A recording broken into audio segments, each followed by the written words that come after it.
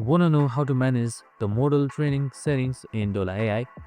So did you know that you can also enable or disable training your models and improving the models for yourself and Dola just by settings? So let's get straight to it, and I'm going to explain you how you can easily enable or disable. So let's get into it. So first things first, you can just simply open up your Dola.com application or the website. So we have also created a video on how to download and log into Dola AI. So make sure to watch that. So once you've done all of that, on the top right side you should be seeing your profile right here with your avatar in. Just simply click that and then select settings right here on top. So now once you have selected settings, we can just simply scroll down until you see model training. It should be right below blocked accounts.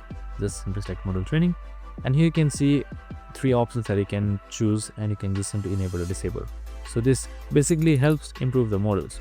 So you can also enable or disable text conversion, images, videos, and voice input. So you can just simply disable or enable as you like, as it's based on your choice and it's not compulsory. And that's it. I hope this video helped. If it did, make sure to like, subscribe, and tune in with us for more of these videos.